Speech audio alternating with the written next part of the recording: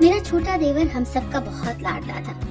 मुझे तो वो अपने बच्चों जैसा लगता था, लेकिन मुझे क्या खबर थी, जिसे मैं अपनी औलाद से बढ़कर चाहती हूँ वही मेरे देवर की एक बहुत बुरी आदत थी। वो हर इतवार को मुझसे शर्त लगाता कि भाभी देखना, आज हमारी मारूफ हमें वापस मिल जाएगी, जिससे इस घर के हालात बिल्कुल ठीक हो जाएंगे। अगर मैं जीत गया तो जर्दे की देग पका के तकसीम करूंगा। मैं हंसकर उसके सर पर चपत लगा देती, क्या दी, तुम बिल्कुल पागल हो। भला 4 साल बाद मारूफ अब कैसे मिलनी थी, और क्या ये खुशखबरी सुनाएगी? दिल में अब मैं भी लाख दुआएं मांगती कि काश मेरी बच्ची मुझे मिल जाए, मगर वो अपनी शर्त पर बज़िद रहता कि वो लाजमी मिलेगी। चार नाचार में शर्त मान लेती और हर बार की तरह वो जर्दा पकवाता। वो चाहे शर्त हार जाता मगर देख पकवाना न भूलता और उसे पूरे मोहल्ले में तकसीम करता। मेरे शौहर और देवर की कुछ हरकतें मशकूक थी। वो दोनों अक्सर रात को घर से गायब होते थे। मैं अक्सर सोचती रहती थी कि मेरी बच्ची कहाँ गई है और ये सब कैसे हो गया। एक दिन अदील शर्त लगाना भूल गया और फिर उस इतवार मेरे साथ। मेरा नाम सुमेरा है, मेरा ताल्लुक सिंध से था, मगर शादी के बाद मैं पंजाब आ गई। हम 2 बहनें और 2 भाई थे। घर के हालात न बुरे थे और न ही इतने अच्छे थे, मगर कहते हैं ना कि खुदा जिस हाल में रखे। मेरी माँ ने हमेशा हमें शुक्र करना सिखाया। जवानी की दहलीज पर कदम रखते ही अम्मा ने हम दोनों बहनों के लिए रिश्ता देखना शुरू कर दिया। मेरे दोनों भाई बड़े थे और दोनों की ही शादियां हो चुकी थी। छोटी भाभी ने मेरे लिए अपने भाई का रिश्ता पेश किया तो अब्बा ने कुछ दिनों बाद हाँ कर दी, क्योंकि सब जानते हैं आजकल के दौर में गैरों में रिश्ता करना जान जोखिम का काम है। और फिर भाभी के भाई को तो सर ने देखा था, अक्सर औकात हमारे घर भी आता था। अब्बा ने बड़ी बहन का हाथ अपने भतीजे को दे दिया और मुझे भाभी के घर ब्याह दिया। यूं मेरा और मेरी भाभी का वट्टा सट्टा हो गया। मेरी भाभी पंजाब की रहने वाली थी, मैं भी इधर ही आ गई। शादी के बाद किसी गमे खुशी के मौके पर मैके जाती, वरना इधर ही रहती थी। मेरी शादी को 2 साल हो गए। इसके बाद मेरे वालिदैन का एक्सीडेंट हुआ और वो दोनों मर गए। माँ बाप की मौत की खबर हम दोनों बहनों पर कयामत बनकर टूटी थी, क्योंकि जब से शादी हुई थी भाइयों ने तो जैसे मुंह ही फेर लिया था। मैका माँ बाप से ही होता है, अब वो खत्म हो गया था। मेरा एक देवर और एक ही नंद थी। नंद मेरी भाभी भी थी। देवर मुझे बहुत लाडला था। जिससे मैं उस घर में आई थी वो मुझे बहुत इज्जत देता था। अपने दिल की सारी बातें वो मुझी से करता, कभी कभी तो मुझसे गले तक मिल लेता। मैंने भी कभी एतराज नहीं किया था, क्योंकि वो मुझे अपने बच्चों जैसा ही लगता था। मेरे ससुर का इंतकाल मेरी शादी से पहले ही हो चुका था। सास हयात थी मगर बीमार ही रहती थी, और फिर कुछ माह बाद वो भी फौत हो गई। चुनाचे मैं इस घर में बड़ी बहू के साथ साथ माँ भी थी। आए गए और सब रिश्तेदारों को देखना मेरा ही फर्ज था। मेरा शौहर एक शरीफ इंसान था, मुझसे बेहद मोहब्बत करता था, मगर अक्सर मैं देखती थी कि वो परेशान रहता है, ज्यादा बातचीत नहीं करता। कभी तो वहम समझती तो कभी उनसे पूछने की कोशिश करती, आहत आपको क्या हुआ है, आप क्यों परेशान रहते हैं? तो मेरा शौहर मुझे कहता कि मेरी प्यारी बीवी, कुछ नहीं हुआ, मैं ठीक हूँ। शादी के 2 साल बाद अल्लाह ने मुझे प्यारी सी बेटी दी, जिसका नाम मैंने और आहत ने मारूफ रखा था। मारूफ में हम सब की जान थी। वो जब से पैदा हुई थी पूरा घर उसके आने से चहकता था। अदील तो उसे बेतहाशा प्यार करता था, मगर पता नहीं ऐसा क्या था कि मुझे अदील की नीयत पर शक सा पड़ता था, क्योंकि मारूफ जब मेरे और आहत के दरमियान सोई होती तो सब उसकी दोनों टांगें बंधी होती थी और वहाँ उनका लगभग 1 माह लग जाना था। घर में देवर, मैं और मारूफ थे। जब भी सोती तो उसकी टांगें बंधी जाती। मैं ये देखकर अब डरना शुरू हो गई थी, क्योंकि मैं साथ सही होती थी तब भी ऐसा ही होता था। मारूफ की उम्र इस वक्त तकरीबन 6 साल थी। एक दिन मेरा देवर मुझे कहने लगा, भाभी मैं मारूफ को अपने साथ लेके जा रहा हूँ ताकि वो बाहर जाकर कुछ खेल ले, बच्ची घर में रह रहकर तंग पड़ जाती है। मेरे शौहर चूंकि सिंध गए हुए थे और मारूफ उन्हें बहुत याद करती थी। हमने सोचा कि चलो कोई नहीं, तंग तो आ ही चुकी है ये घर रह रहकर। मैंने मारूफ को अदील के साथ भेज दिया, लेकिन मैं क्या जानती थी कि मुझ पर बहुत बड़ी कयामत टूटने वाली है, ऐसी कयामत जिसका मैंने कभी सोचा भी ना था। 4 घंटों के बाद जब अदील आया तो वो हलकान हो रहा था, उसके चेहरे पर हवाइयां उड़ी हुई थी। मैंने उसको देखकर इशारे से पूछा कि क्या हुआ है। वो ऐसे क्यों हलकान हो रहा है? और मारूफ किधर है? मैंने इधर उधर देखकर उसे आवाजें लगाना शुरू की, मगर वो होती तो जवाब देती ना। जब मुझे कोई जवाब न मिला तो मैंने अदील से पूछा, अदील, मेरी मारूफ किधर है? तुम उसे अपने साथ लेकर गए थे, अभी वो किधर है? क्या किसी अपने दोस्त के घर छोड़ा हो?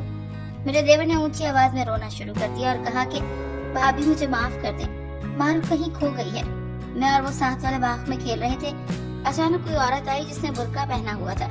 वो हमारी मारूफ को लेकर वहाँ से भाग गई। मैं उसके पीछे भागा, लेकिन वो नजरों से एकदम ही ओझल हो गई। भाभी मुझे माफ कर देना। ये सुनते ही मैं गश खाकर गिर पड़ी। मेरे शौहर को जब ये खबर हुई तो वो सारे काम छोड़कर घर वापस आ गए। आते ही अदील को मारना शुरू कर दिया कि ये सब तुम्हारी वजह से हुआ है, तुमने मेरी बच्ची को कहीं भेज दिया है। पहले तो मैं इस बात को समझ न सकी कि आहद ये क्या कह रहे हैं, मगर मुझे अब अदील से नफरत हो गई थी। मार्क को खोए हुए 2 साल हो चुके थे, लेकिन अभी तक वो हमें नहीं मिली थी। इन सब में ये बात बहुत अजीब थी कि मेरा देवर और शौहर दोनों ही एक दूसरे से नजरें चुराते थे। मैं भी अब सब्र खो चुकी थी, बस दुआएं मांगती थी कि मेरी बच्ची जहाँ भी हो बस ठीक हो। अदील के साथ अब मेरा पहले जैसा रवैया हो चुका था, क्योंकि वो मुझे शुरू से ही बहुत अजीज था। अल्लाह ने मुझे सिर्फ एक ही बेटी दी थी। इसके बाद अल्लाह ने मुझसे ये खुशी छीन ली जिससे मैं दूसरी दफा माँ बन सकती थी, मगर क्या फायदा, औलाद पहली होती है या दूसरी। मारूफ मुझे हर रात को याद आती और मैं सारी सारी रात रोकर गुजार देती। मेरे शौहर मुझे चुप करवाते और कहते हैं कि हमारी बेटी एक दिन हमें जरूर मिल जाएगी, तुम परेशान ना हो। मैं उनको कहती कि आपको आपकी बेटी कैसे मिल जाएगी जब हमारी बेटी को खोए हुए इतने साल हो चुके हैं। जब से मेरी बेटी खोई थी, मेरा देवर मुझसे हर इतवार शर्त लगाता कि देखना भाभी, आज हमारी मारूफ मिल जाएगी, और फिर मैं जर्दी की देख पकवाकर तकसीम करूंगा।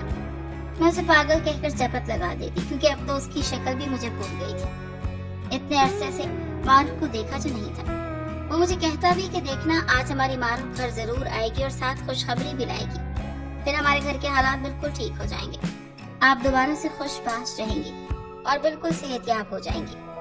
जब से वो गई थी मैं बीमार रहना शुरू हो गई थी, लेकिन जब उसकी कोई खबर न मिलती तो मेरा देवर फिर भी जर्दे की देख पकवाकर पूरे मोहल्ले में तकसीम करवाता। इसे एक बहुत बड़ी इसकी वजह ये थी कि मारूफ को शुरू से ही मीठा बहुत पसंद था। रोजाना मुझसे मीठे की फरमाइश करती थी।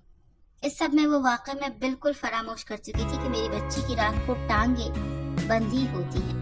मैंने ये बात कभी घर में किसी को नहीं बताई थी। शायद यही मेरी सबसे बड़ी भूल थी। एक रात घर में आहद और मेरा देवर भी मौजूद थे।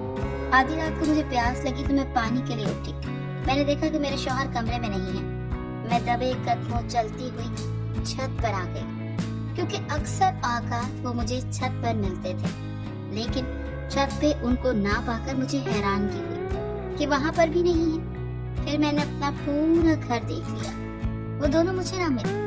अभी कुछ ही मिनट गुजरे थे कि मुझे अपने घर से कुछ आवाजें सुनाई देने लगी, जैसे हमारे घर में कोई और शख्स भी मौजूद है। मैंने आवाज का ताक़ुब में चलना शुरू किया। ये देखकर मेरे होश उड़ गए कि वहाँ एक आदमी मौजूद है जो कि जख्मी है, उसे काफी चोट लगी है, वो दर्द से बिलबिला रहा है। मैंने उसे देखकर अपने मुंह पर हाथ रख लिया और फिर कुछ सोचकर उसकी मरहम पट्टी की। अभी मैं ये काम कर ही रही थी कि वो आदमी फौरन भाग गया। अब रोज ही ऐसा होने लगा। वो आदमी हमारे घर आता और मुझे कहता कि तुम्हारी बच्ची मेरे घर है, तुम उससे मिलोगी तो फलां एड्रेस पर आ जाना। मैंने हामी भर ली। उस दिन मैं जाने को बिल्कुल तैयार थी कि मुझे अदील ने तैयार देखकर पूछ लिया कि कहाँ जा रही है। मैं घर से बहुत कम निकलती थी। मैं डर के चुप हो गई। अदील ने मेरी चोरी फौरन पकड़ ली और फिर मुझे सच बताना पड़ा कि रात को अक्सर जब आप दोनों नहीं होते तो ऐसे एक आदमी आता है जो एक दिन जख्मी हालत में गेट के पास था। अदील कुछ सोचकर फौरन वहाँ से चला गया और घर को बुरी तरह से लॉक कर गया। मैं उसको यूं जाता देखकर बहुत परेशान हो गई। अभी थोड़ी देर हुई थी कि आहद आए और उन्होंने मेरा सामान पैक किया और मुझे सिंध भेज दिया।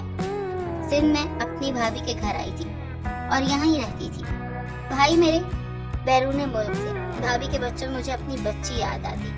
हर शर्त की तरह अदील मुझे इतवार को फोन करके शर्त लगाता और फिर देख पका कर तकसीम कर देता। 2 माह बाद मुझे आहद जब लेने आए तो फिर मैं घर वापस आ गई। मुझे यहाँ कर बेचैनी रहती थी। अब जरा भी दिल नहीं लगता था। वहाँ बच्चे थे तो दिल लग जाता था। ہفتے کی رات عدیل لاہور چلا گیا اور اس رات میرے سے شرط لگانا بھول گیا، اور پھر میرے ساتھ وہ ہوا جس کا میں تصور بھی نہیں کر سکتی۔ ایک بار تو میرا سر چکرا گیا۔ میں نے احد کی طرف دیکھا، پھر عدیل کی طرف دیکھا، وہ دونوں مسکرا رہے تھے۔ میں دوڑتے ہوئے اپنی بیٹی کے گلے لگ گئی۔ سامنے میری معروف تھی۔ اتنے سالوں بعد میری معروف میرے سامنے تھی، میں نے تو کبھی سوچا بھی نہ تھا میری تہجد کی دعاؤں کا مجھے یوں صلہ ملے گا۔ مگر معروف چند منٹ گھر رہی، پھر اسے عدیل کہیں لے گیا۔ میں یہ سب کارروائی دیکھ کر ششدر رہ گئی۔ مجھے احد نے فی الحال چپ رہنے کی تلقین کی، مگر میں ماں تھی، میرا کلیجہ کٹ رہا تھا۔ اتنے عرصے بعد بیٹی کو چند پل دیکھنا بھی نصیب نہ ہوا۔ پھر 2 دن بعد عدیل اور احد لوٹے۔ انہوں نے مجھ پہ ایسا راز انکشاف کیا جسے سن کر میرے پیروں تلے سے زمین نکل گئی۔ میری بچی اغوا نہیں ہوئی تھی، بلکہ اسے اغوا کیا گیا تھا، اور وہ کسی اور نے نہیں، اس کے باپ نے یہ سب کروایا تھا۔ میں یہ سب سن کر پھٹ پڑی کہ آخر آپ ایسا کیسے کر سکتے ہیں میری معصوم بچی کے ساتھ؟ آپ تو باپ تھے۔ پھر بھی مجھے احد سے نفرت ہونے لگی۔ میں فوراً کمرے میں آ گئی اور خود کو کمرے میں بند کر لیا۔ پتہ نہیں کتنی رات گزر گئی تھی جب میری آنکھ کھلی۔ میں سوئی ہوئی تھی۔ یہ دیکھ کر کمرے سے باہر آئی تو باہر ہال میں میری نن یعنی بھابھی بھی براجمان تھی۔ اتنی رات اسے دیکھ کر میں پریشان ہو گئی۔ پھر انہوں نے مجھ پر مزید حقیقت کو کھولا اور بتایا کہ معروف اتنے عرصے میرے پاس رہی تھی۔ یہ سن کر میری ہچکیوں سے رونا شروع ہو گئی، مگر جیسے جیسے وہاں بیٹھے تینوں نفوس مجھے بتا رہے تھے، میرا سر چکرا رہا تھا۔ میرا شوہر کوئی عام آدمی نہیں تھا، بلکہ فوج کے خفیہ ادارے میں کام کرتا تھا۔ میرا دیور بھی اسی کا ادارے کا حصہ تھا۔ میرے شوہر کو ایک مشن پورا کرنا تھا، پشاور میں کچھ دہشت گردوں کا خاتمہ کرنا تھا، مگر ان سب میں مجھے اور معروف کو نقصان پہنچ سکتا تھا۔ اسی لیے انہوں نے معروف کو اغوا کر لیا، اور اتنے سالوں تک وہ اپنی پھپھو کے ساتھ رہی تھی۔ معروف کی اس کی پھپھو نے بہت اچھی تربیت کی تھی۔ آپ مجھے بتانے لگے کہ دشمنوں کے قدم پاکستان کی زمین پر بہت مضبوطی سے جم چکے تھے۔ ہمیں اتنے سال اسے ختم کرنے میں لگ گئے۔ عدیل نے جو کیا وہ سب ایک جھوٹ تھا۔ تو پھر وہ عورت کون تھی جس کو باغ سے بچی کو اٹھا کر لے کر گئی تھی؟ یہ سن کر عدیل نے بتایا کہ آپ کی نن نے یہ کام کیا تھا۔ بھلا ان سے بہتر کون یہ کر سکتا تھا؟ بھابھی سنتے ہی اس کو گھورنے لگی۔ احد نے مزید بتایا، معروف کے پاؤں ہم خود باندھ دیتے تھے۔ ہم دیکھنا چاہتے تھے کیا تم وہاں بتاتی ہو یا نہیں، تمہیں ہم پر اعتماد ہے کہ نہیں، مگر افسوس سمیرا تم نے بتانا بھی گوارا نہ کیا۔ پھر ہمیں یہ منصوبہ تشکیل دینا پڑا، اور وہ آدمی جو زخمی تھا وہ کون تھا؟ اب میری بات کا جواب عدیل نے دیا۔ اس نے کہا کہ وہ آپ کے شوہر ہی تھے، آپ کو حالات کے لیے تیار کر رہے تھے، مگر آپ گھر سے بھاگ رہی تھی، ہمارے دشمنوں کے پاس جا رہی تھی۔ میں بس اپنی بچی کو آنکھوں کے سامنے دیکھ کر خوش تھی۔ میرا اپنے شوہر پر اعتماد پہلے سے بھی زیادہ بڑھ گیا، اور عدیل وہ مجھے اور بھی عزیز تھا۔ وہ ہر اتوار کو معروف کی ساری باتیں مجھے یاد کروا کر ہنساتا رہتا تھا تاکہ میں پریشان نہ ہوں۔ اللہ تعالیٰ نے مجھے سب رشتے بہت ہی بہتر نوازے تھے۔